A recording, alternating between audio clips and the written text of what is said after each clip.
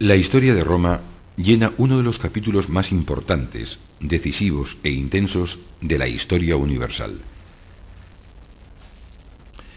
A lo largo de casi 1300 años de evolución, el mundo romano se configura como uno de los momentos álgidos de la civilización occidental, un periodo en el que cristaliza el imperio más poderoso que ha conocido el mundo y cuyo legado en los campos de los idiomas, la literatura, la arquitectura, la política o la vida religiosa es inmenso e imposible de valorar en su justa medida.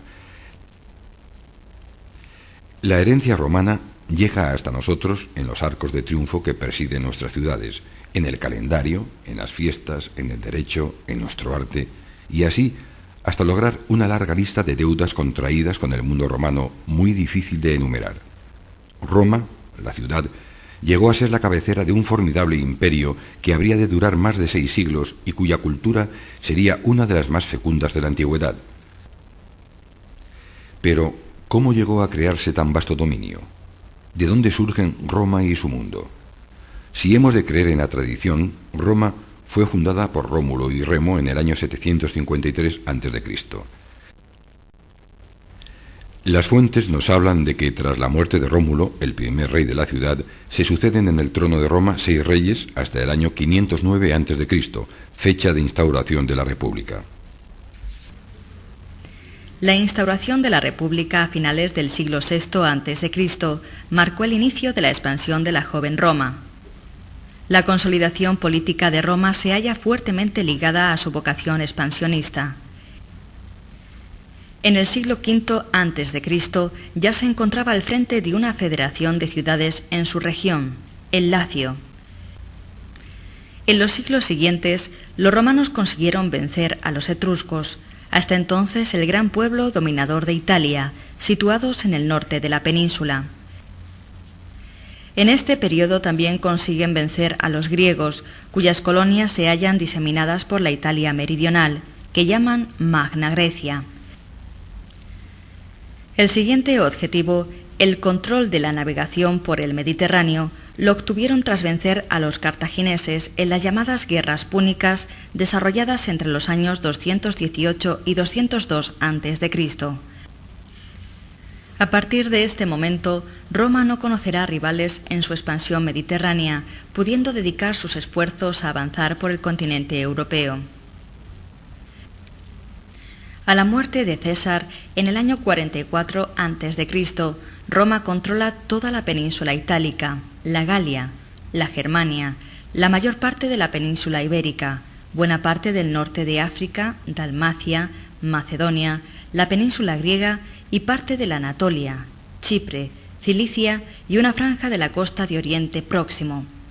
Su sucesor, Octavio Augusto, instaurará el imperio e incrementará el poder de Roma al conquistar la cornisa cantábrica ibérica, los Alpes, Retia, Nórico, la Panonia, Mesia, Galacia, Licia y Egipto. La expansión de Roma prosigue con los gobernantes siguientes. Los Julio Claudios, entre el año 14 y 68 de nuestra era, conquistan la zona sur de Britania, Mauritania, Siria, Judea, Capadocia, Panfilia y Tracia. La dinastía Flavia, entre los años 68 y 96, solo ampliará el imperio a los campos de Cumates y la zona central de Britania. Dacia y Arabia serán las incorporaciones de la dinastía antoniana a lo largo del siglo II, mientras que los severos toman parte de la actual Argelia. Roma se encuentra en la cúspide de su poder. Sus legiones mantienen el orden en las fronteras e imponen la pax romana en las provincias, mientras en el Mediterráneo, un mar que consideran propio, las galeras romanas mantienen las rutas comerciales a salvo de ataques piratas. La expansión de la cultura romana se basa en la conquista militar de nuevos territorios, pero también en la paulatina transmisión a las colonias de un nuevo modo de vida cuyo pilar fundamental es la vida ciudadana, es decir, civilizada.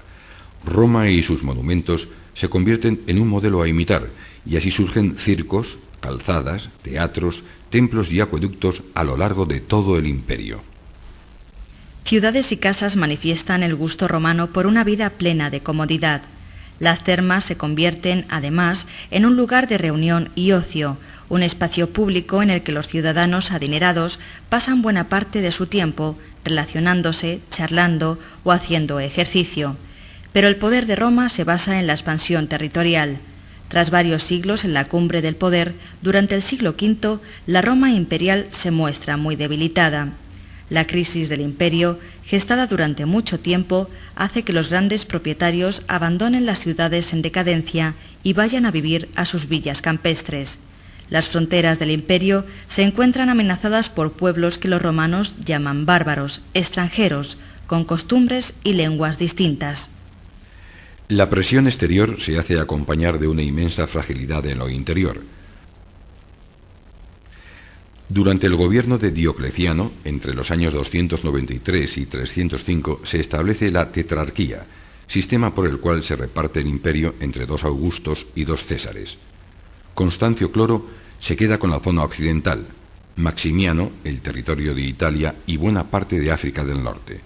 Galerio recibe la parte oriental de Europa, mientras que Diocleciano se vio recompensado con los territorios asiáticos y Egipto. En el año 395, a la muerte de Teodosio, el imperio se divide en 2 partes. Para su hijo Arcadio es el imperio oriental, con sede en Constantinopla.